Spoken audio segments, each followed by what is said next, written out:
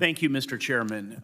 The Government Accountability Office recently examined federal broadband efforts and found that there are over 130 federal broadband programs administered by 15 different agencies. In the GAO's own words, quote, federal broadband efforts are fragmented and overlapping, and communities with limited resources may be most affected by fragmentation, unquote. We need to streamline and synchronize our broadband programs to make sure that the left hand's talking to the right hand. And in this case, at least for now, that means over 130 hands. Duplicative and unnecessary overbuilding of our broadband networks doesn't benefit anyone. It slows broadband deployment, it squeezes an already tight labor pool even tighter, and it wastes taxpayer dollars.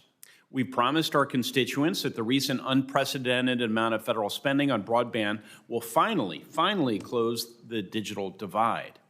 In a challenging economic climate, when staggering inflation is reducing the value of every dollar, it's vital that we get everything else right.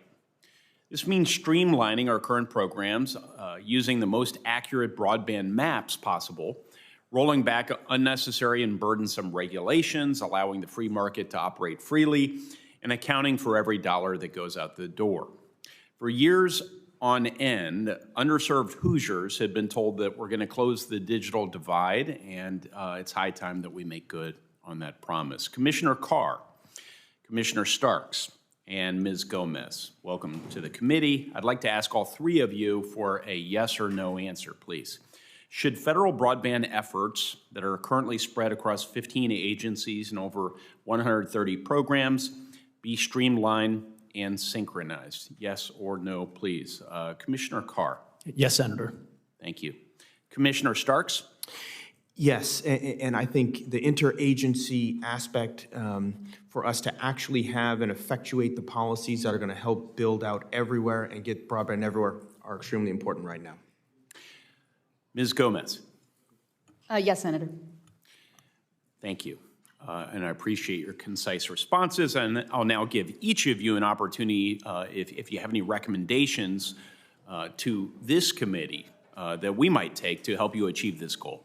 Thank you, Senator. You know, one piece of legislation that actually Senator Welch worked on, then Congressman Welch, is the Plan for Broadband Act, which would put in place a national coordinating strategy. I think that's one important step that has to take place, as well as permitting reform. Again, if we're just spending these dollars without doing permitting reform, then we're stepping on the gas and the brakes at the same time. We need these dollars to go into the ground. I hear that time and again, whether it's in this context or the chips and science context, to name just a couple. Commissioner Starks.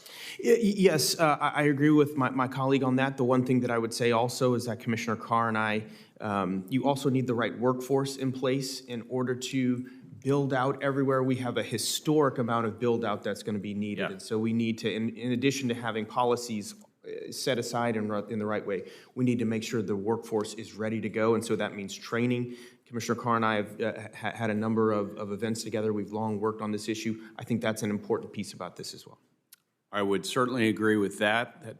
Let's not forget our labor challenges. Ms. Gomez, anything to add?